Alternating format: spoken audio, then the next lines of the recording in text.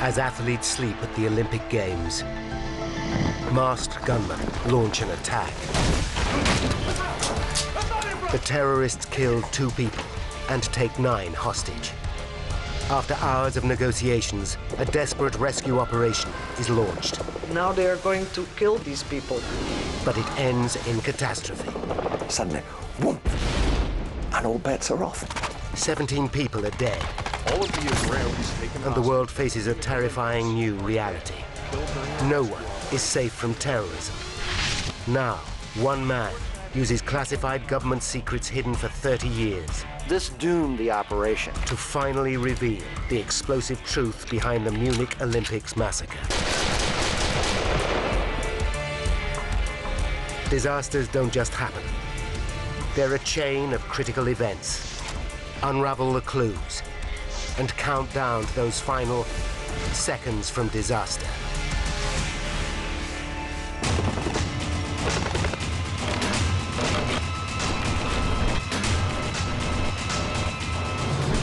The hostages on board this helicopter think they're being flown to freedom. In truth, they're being flown to certain death.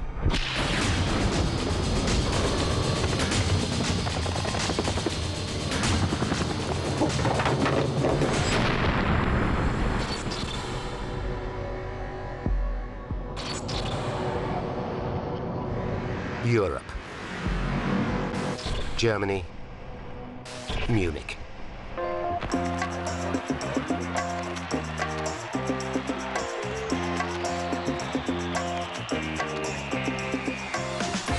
The Olympic Games in Munich are underway, a festival of international competition.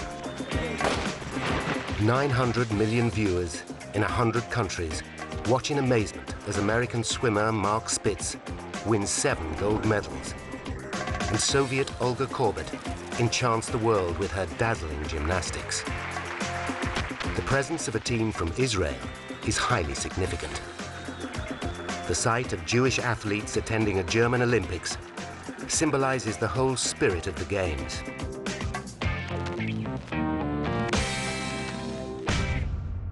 One of the competitors is 28-year-old weightlifter David Berger. David is actually from Cleveland, Ohio. He failed to qualify for the US Olympic team, but being Jewish, he's entitled to represent Israel. The law graduate has little chance of a medal, but he doesn't care. He simply wants to compete. He considered competing in the Olympics as a weightlifter was the absolute ultimate that he could achieve. Andre Spitzer is the fencing coach. For him, participating in the Olympics crowns the greatest time of his life. A year earlier, Andre got married. His wife, Anki, gave birth to their first child just 5 weeks ago. We were a young couple, very much in love. And we just had a beautiful baby daughter was born. So what could go wrong? Nothing. Andre and David are staying with the rest of the Israeli team in the Olympic Village. It's a vast, purpose-built complex, housing 10,000 competitors, coaches, and officials. Israel's male athletes are housed in Block 31 on Connollystrasse, near the edge of the complex. Although there is goodwill in the village, the world outside is going through a volatile time. Terrorists are creating bloody turmoil. A Palestinian faction known as Black September is particularly ruthless. In the last year, the organization has assassinated the Jordanian Prime Minister and hijacked a passenger jet bound for Israel. Among those witnessing the violence firsthand is seasoned war reporter Gerald Seymour. Gerald Seymour, ITN, Amman. But now Seymour is covering the Olympic Games. It should be easy, a welcome break from the ceaseless brutality. The idea that one would be sitting on a major, major event of violence, one of the iconic moments of that whole century, there was no way that anything like that was in our thoughts.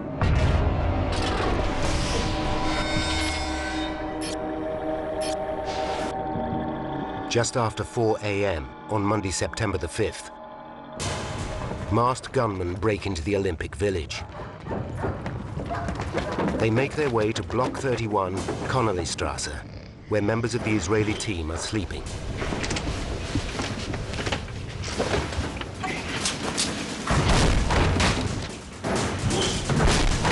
They burst into the athletes' bedrooms. In the chaos that follows, 2 athletes are shot. Weightlifter Yosef Romano bleeds to death. Then, the gunmen dump the body of wrestling coach Moshe Weinberg on the walkway outside. They take 9 Israeli athletes hostage.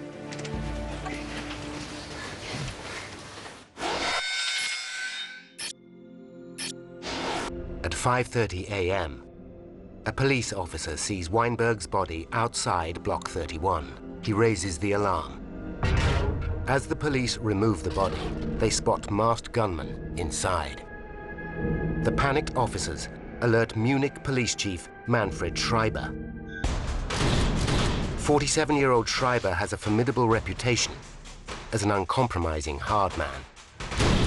His officers call him the sheriff because he always gets his man.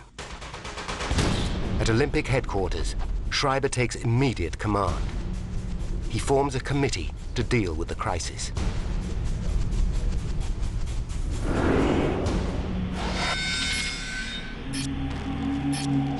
At 6 a.m., Schreiber is presented with 2 demand notes from the gunman, dropped from a window of the Israeli apartment. The first sheet announces that the killers are members of Black September. The second is a list of 234 Palestinians jailed in Israel. The terrorists demand that Israel's government release all the prisoners by 9 a.m. in just 3 hours' time.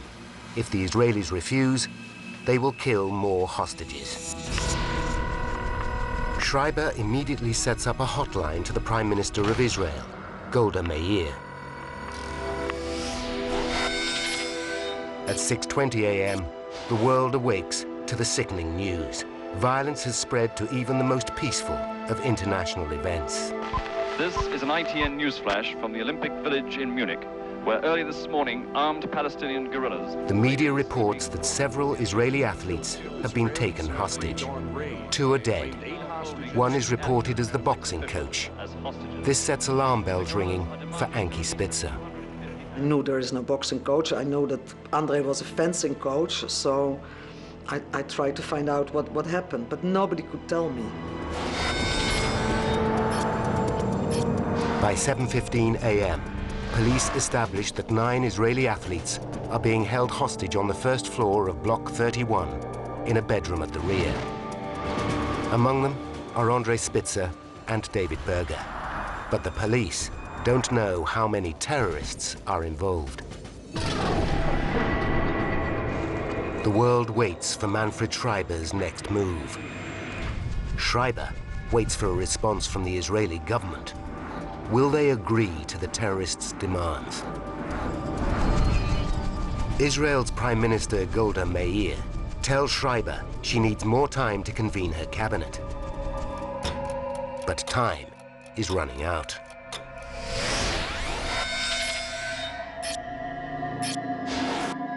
At 8:45 a.m., the terrorists have threatened to shoot another athlete in just 15 minutes. Schreiber must attempt to negotiate. He takes the long walk to Block 31, accompanied by 2 Olympic officials.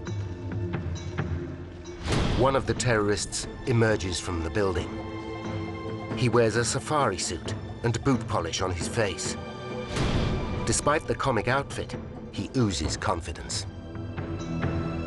The man introduces himself as Issa and says he's in charge. His real name is Latif Afif, a 35-year-old from Nazareth. 3 of his brothers are also members of Black September. 2 are held in Israeli jails. With just seconds to go until the 9 a.m. deadline, Schreiber must persuade Issa to give him more time. The lives of the 9 athletes depend on it.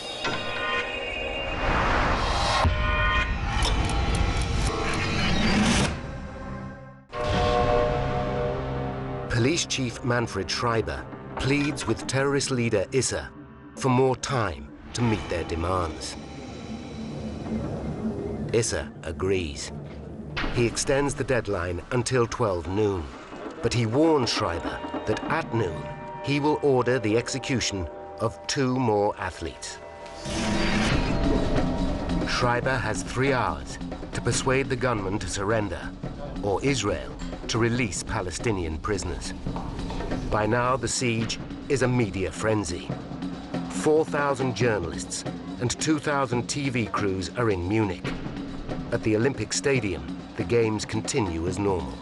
But there's only one story in town. Arab guerrillas have invaded the male athletes' housing area. 11 a.m. The Olympic Committee bows to international pressure and suspends the games, placing the whole event in jeopardy. This puts even more strain on Police Chief Schreiber. Now, he must save the Israeli athletes and the Munich Olympics. 11:15 a.m. Finally, Schreiber's wait is over. Israel comes back with its answer. It will not give in to the terrorists' demands. It will not release a single Palestinian prisoner. Schreiber realizes that the siege can only be ended by force. But to launch an assault, he needs one crucial piece of intelligence. Schreiber must find out how many gunmen are inside Block 31. He must buy more time.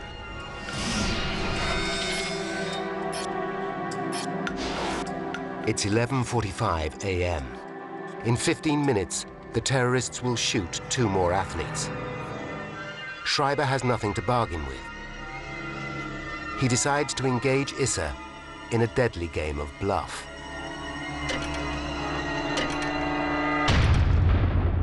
Noon comes. The world braces itself for gunshots. Schreiber has told Issa that the Israelis are cooperating. The question is, will Issa buy it?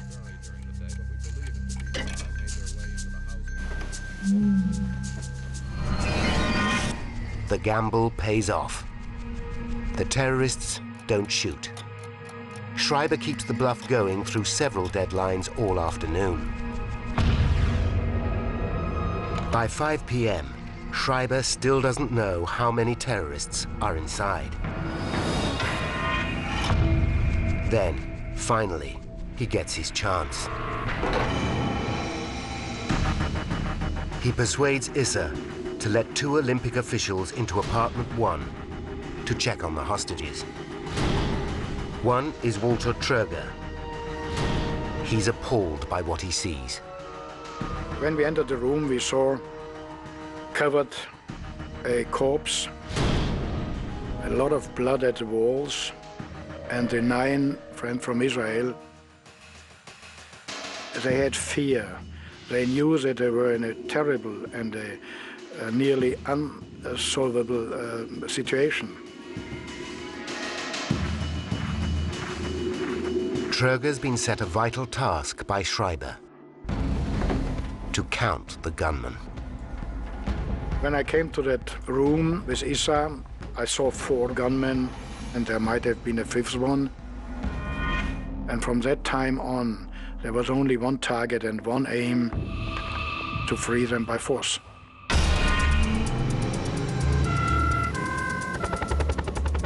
Finally, Schreiber knows there are 5 terrorists. He responds immediately, ordering policemen armed with machine guns onto the roof of Block 31. As the armed officers get into their positions, the terrorists seem to sense what's coming. Schreiber gives his men an order. To the amazement of all, it's an order to retreat.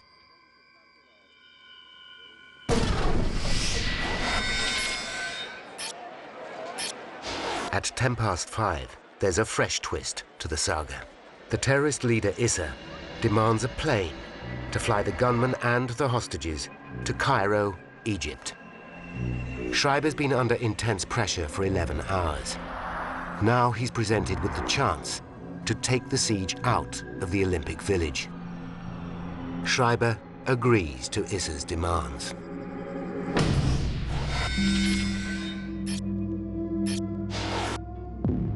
At 10 p.m., a bus pulls into the underground car park beneath Block 31. Moments later, the bus takes the terrorists and hostages to a pair of helicopters 200 meters away. The helicopters will fly them to Fürstenfeldbruck, a military airport 25 kilometers west of Munich. There, a Boeing 727 waits to take them to Cairo. As the helicopters disappear, the media circus and spectators head to the airport. Among them, Gerald Seymour. And that was rather a sort of evening picnic carnival atmosphere. Lots of people there, all waiting for a little bit of a show, which is going to be an airplane taking off. What the spectators don't know is that Police Chief Schreiber has no intention of letting the terrorists fly anywhere. At the airport, he's set a trap. 5 snipers wait for the helicopters to land. 3 on the control tower. 2 70 meters away on the airstrip. Once the helicopters land, Issa and his deputy will check out the Boeing 727 as agreed. But the aircrew are really armed police officers who'll shoot Issa and his deputy when they board. The snipers will eliminate the remaining terrorists.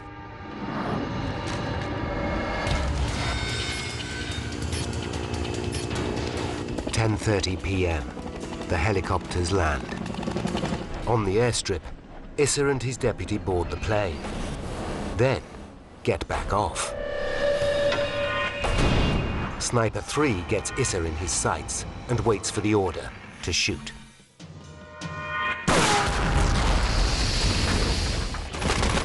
The snipers fail to eliminate the terrorists.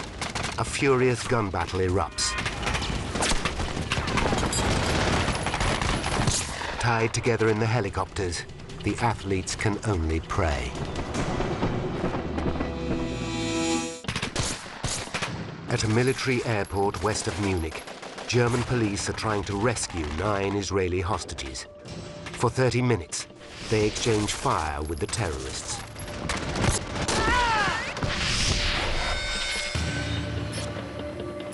At 11 p.m., the gunfire ceases. Outside the gate, reporter Gerald Seymour and the rest of the media hear the dramatic news. Everybody's safe. Everybody's all right. It's been a triumph. All the hostages have been rescued by The good news travels the world. military airport. In the Spitzer household, relatives celebrate, but Anki refuses. I'm just waiting for one phone call because I know that in whatever state Andre will be after this ordeal, you know, the first thing he will do is call me. At 1 minute past midnight, Gerald Seymour watches 4 armored cars drive into the airport at speed, followed by vans of armed police. He sees more gunfire, then 2 massive explosions.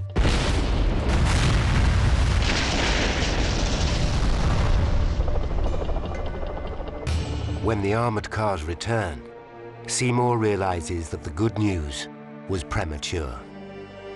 The big gates open, and the lights are on the face of the young officer NCO, and the lights show the glistening of the tears that stream down his face. And that's the sign to us all that it's a disaster. The world waits to learn exactly what happened. At 3:17 a.m., the media reveals the full scale of the carnage. All of the Israelis taken hostage at the Munich Olympics are dead. The 9 men were killed during a rescue operation. For relatives, hope turns to numb grief. That morning, Ankie Spitzer flies to Munich. She visits apartment 1, where her husband spent his last day. Once there, she makes a vow. I just stood there and said to myself, I will have to tell the world that this is what happened, so that nobody will ever forget that this happened, so that it will never happen again.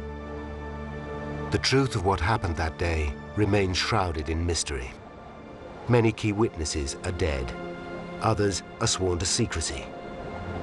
As a result, questions still persist as to how the rescue attempt went so disastrously wrong. For 20 years, Ankie Spitzer hounded the German authorities for their official report about the Munich massacre. They denied its existence. Then, in the early 1990s, an anonymous source started sending her pages of the government's investigation. She now holds the entire report of 3,800 files. Ankie wants it analyzed and responsibility for the disaster publicly acknowledged. It's about time that somebody really, got a good look at all this so that you can see what mistakes were made by the German authorities and make justice, historical justice, and take the responsibility. Now, by going deep into the top-secret German investigation, we can reveal the facts behind the disastrous rescue plan. A plan that shames the German authorities. One man has agreed to come to Munich to analyze the classified report for Ankie. Leroy Thompson is an expert in resolving siege situations. Thompson is a former US Army officer who was injured on an exercise in Russia. He has written more than 30 books about security and lectures police forces all over the world. Eliminate any terrorists that have not been dealt with. Thompson has a professional interest in the Munich Olympics. He was a security advisor at both the Athens and Barcelona Games. The first question is, how did the armed terrorists break into the Olympic Village in the first place? In Thompson's experience, the Games are the most heavily policed and security-conscious sporting event in the world. Ankie's copy of the official report states that the 1972 Games were policed by 2,000 security guards, and the entire village was surrounded by a 2-meter-high wire fence. If true, how did the terrorists enter with such ease? There's one way to find out. Thompson tracks down Olympic organizer Walter Troger. Troger reveals that although on paper security sounds impressive, it was in fact deliberately relaxed. The security concept has been not to show arms, to have security people, but in civil uniforms, no weapons around. This was a concept to show the friendly, the peaceful Germany. But British reporter Gerald Seymour is more scathing. Nothing was forbidden. It was open, friendly, warm. Result, the Olympic Village was wide open. Security basically did not exist there. Once inside the village, how did the terrorists locate Block 31? And how did they know the exact apartment that housed the Israeli team? Today, the Olympic Village is a vast residential housing estate, and Block 31 Connollystrasse still exists, if, that is, you can find it. It is a very confusing maze of buildings, and I think it drives home that the terrorists had certainly done a recce and possibly had assistance in locating number 31 Connollystrasse. Thompson goes back to the official classified report for further clues and has a breakthrough. He discovers that in the weeks leading up to the Games, terrorist leader Issa and his deputy were employed as construction workers in the Olympic Village. This gave them the perfect cover to plan their attack in minute detail.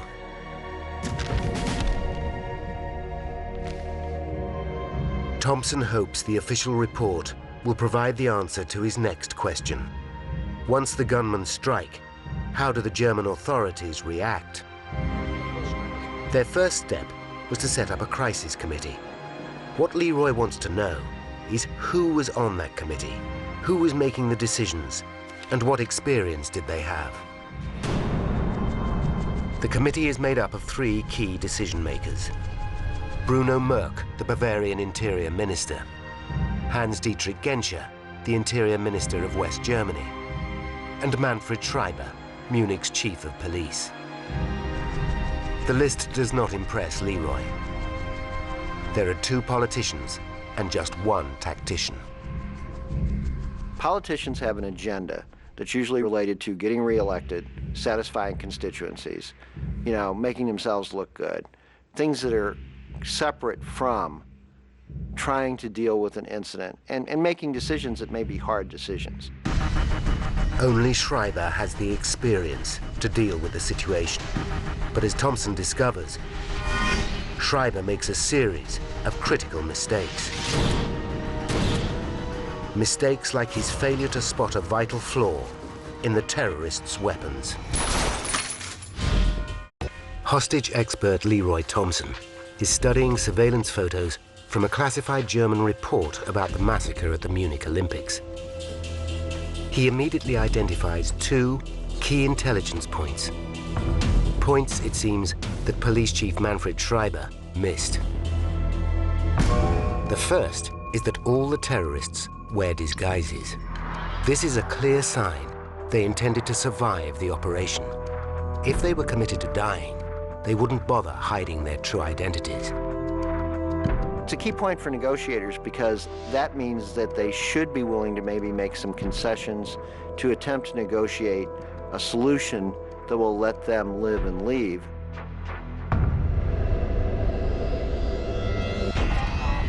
Next, Thompson identifies a second key intelligence point.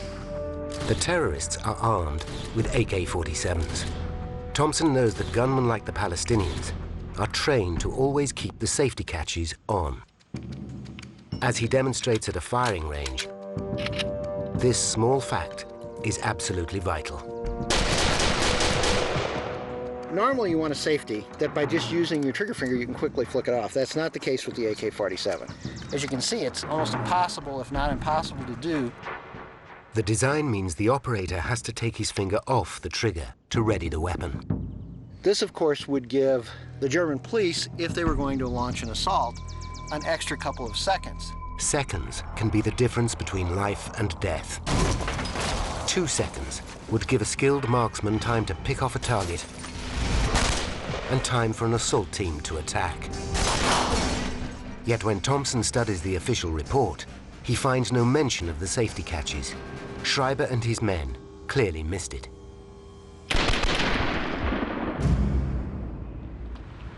To get to the bottom of the next mystery, Thompson studies the television archive. He wants to know why Schreiber doesn't clear the entire area of media and spectators. Thompson explains it's the first rule of tackling a hostage situation.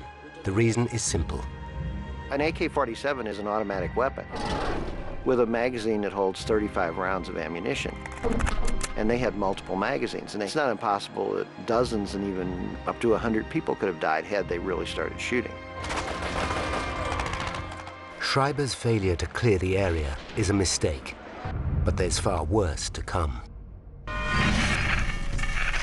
For Thompson, the key to resolving any hostage siege is to know your enemy. Schreiber needs to know exactly how many terrorists are inside Block 31. Only then can he plan a successful assault.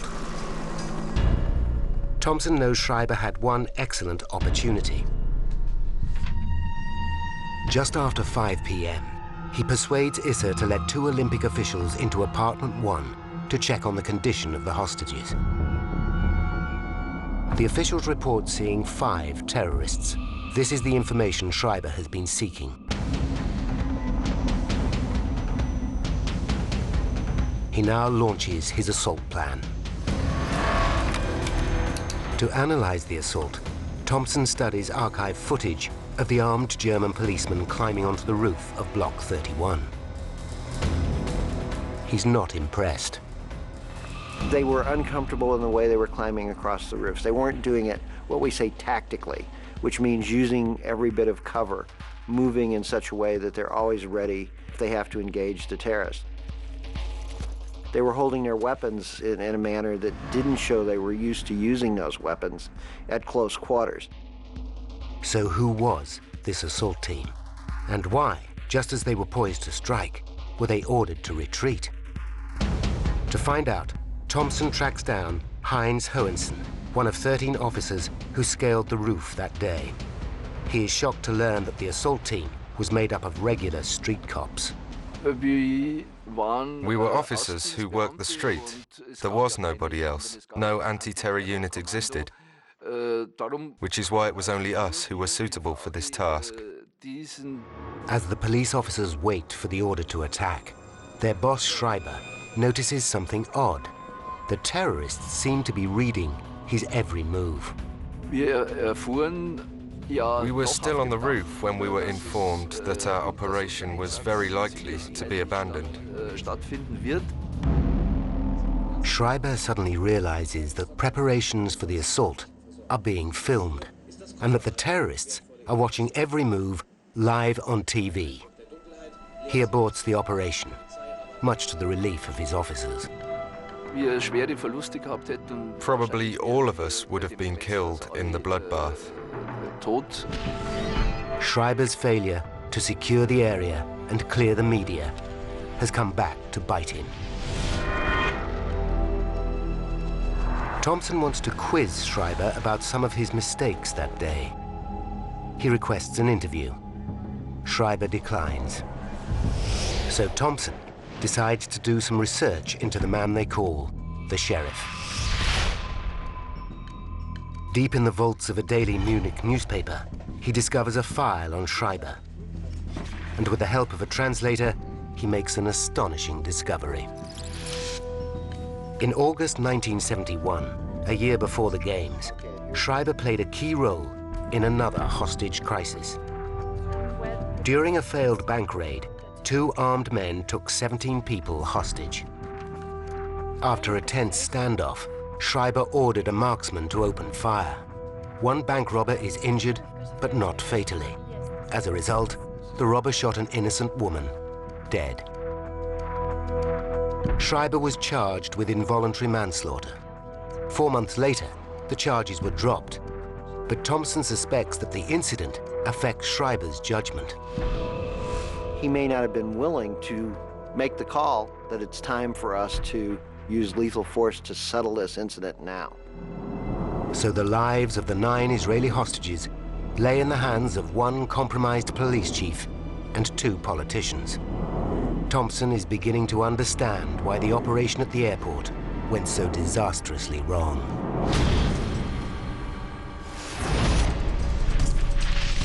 Thompson gains access to the military airstrip at Fürstenfeldbruck, the exact location where the 9 athletes so tragically lost their lives.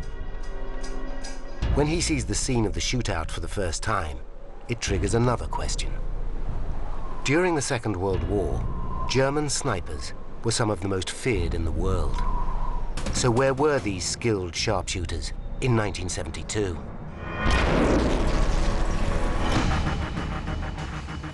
Buried deep in the classified documents, Thompson uncovers the airport rescue plan. He reads 80 pages of detail and analyzes dozens of photographs and drawings. Deconstructing the rescue plan is the most critical part of Thompson's quest for the truth. The plan is based on intelligence that there are 5 terrorists. When Isser and his deputy board the 727, armed officers disguised as aircrew will eliminate them. Then the 5 snipers located around the airport will target the 3 remaining terrorists in the helicopters. Sniper 1 is positioned behind a low wall. Sniper 2 behind a military truck. And snipers 3, 4, and 5 are positioned on the control tower with a clear view of the airstrip. Thompson believes that the key to the plan's success is the sniper behind the low wall. Using a laser rangefinder, he works out that Sniper 1 was just 50 meters from the terrorists. Those terrorists standing outside the helicopters, he was behind them. He should have been able to very quickly at that range eliminate those terrorists. But as the helicopters come into land, the plan begins to unravel. The armed officers on board the Boeing furiously debate their chances of shooting Issa and his deputy as they board. Heinz Hohenson was one of the officers on the plane. He regarded the plan as a suicide mission. If the terrorist leader had detonated his hand grenade near the fully fueled aircraft, all of us would have been blown to pieces. The officers take a show of hands and vote to abandon the operation. Their decision leaves the rescue plan in tatters and shocks Thompson. Based on military and law enforcement people I've worked with, they would not have at the last minute said, well, I don't think I'm going to stick around while these hostages are here. I'm just not doing it. I just find that astonishing. Success now relies on the 5 snipers positioned around the airfield, but they are compromised by the next critical mistake. The helicopter pilots are instructed to land side-on and to the west of the control tower. This will give the snipers a clear line of sight as the terrorists throw open the side doors of the choppers. But critically, both pilots land face-on to the control tower. It's not clear why the pilots make this mistake, but it jeopardizes the entire rescue plan. It leaves the snipers on the control tower with no clear shot of the terrorists.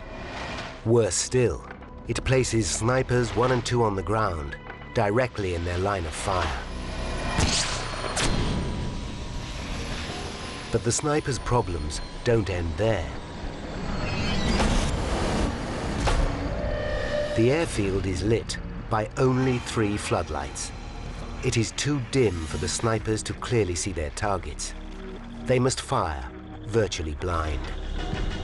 To make matters worse, Thompson discovers that the snipers are ill-equipped.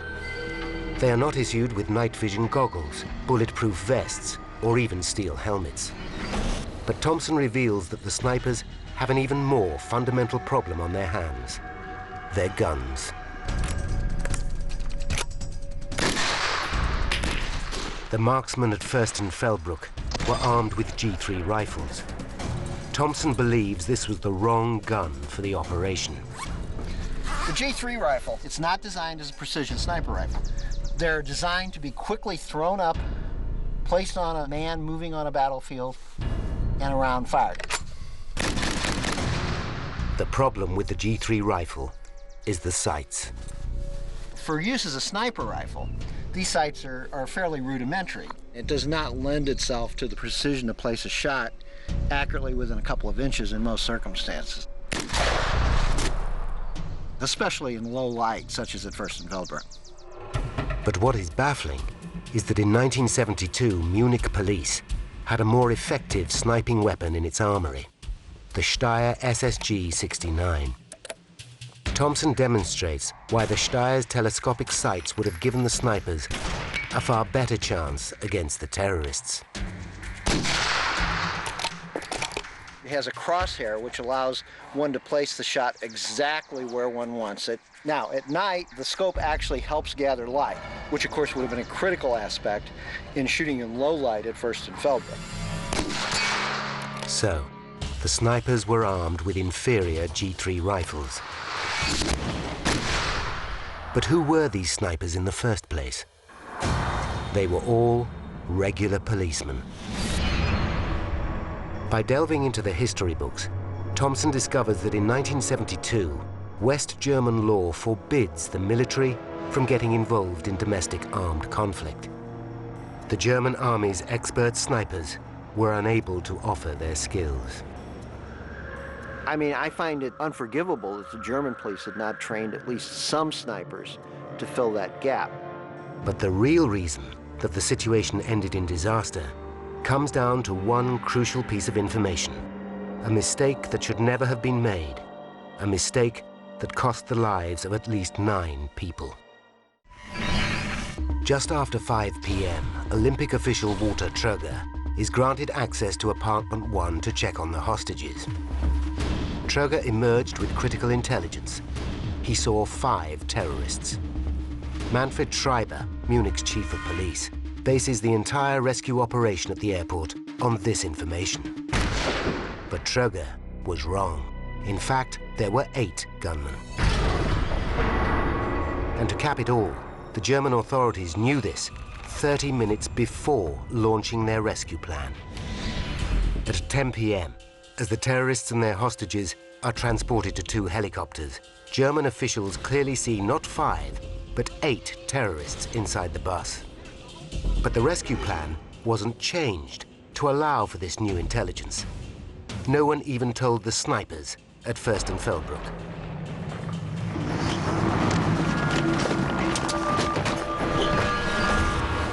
But the snipers still have a chance to overcome the terrorists. Their last hope rests with Sniper 3. He has one split-second opportunity to eliminate Issa and his deputy, leaving the terrorists leaderless and in chaos. Now, by rewinding to the start of the airport rescue operation, we can reveal the horrifying consequences of the ill-conceived plan.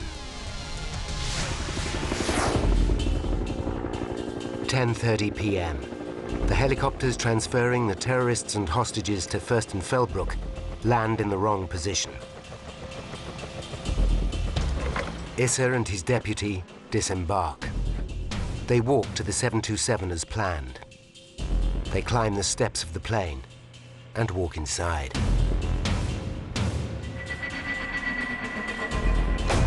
Issa finds the plane empty. He runs back to the choppers, shouting to the others that it's a trap. Sniper 3 waits for the order to shoot Issa. With no telescopic sights and poor lighting, he struggles to see his target.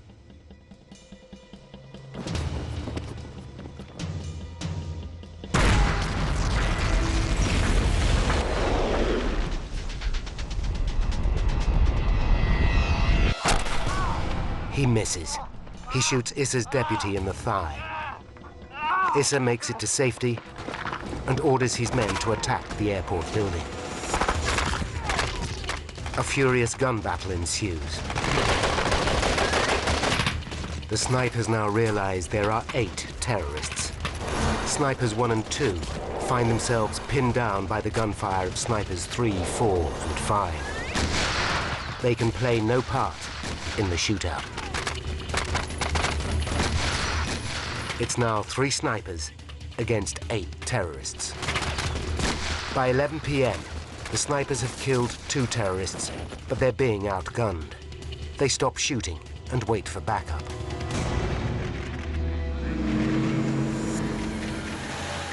At 12:01, after a delay of 1 hour, 4 German armored cars race onto the airstrip. This panics the terrorists. One opens fire on the 4 hostages in helicopter 1. He then detonates a hand grenade.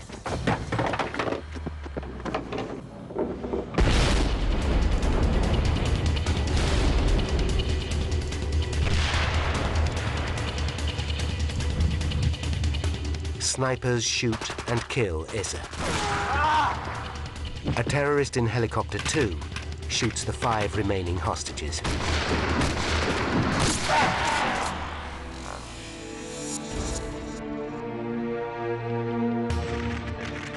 At 12:30 a.m., the shooting stops. All 9 Israeli athletes are dead. 5 terrorists and a German police officer are dead. 3 terrorists survive and are arrested.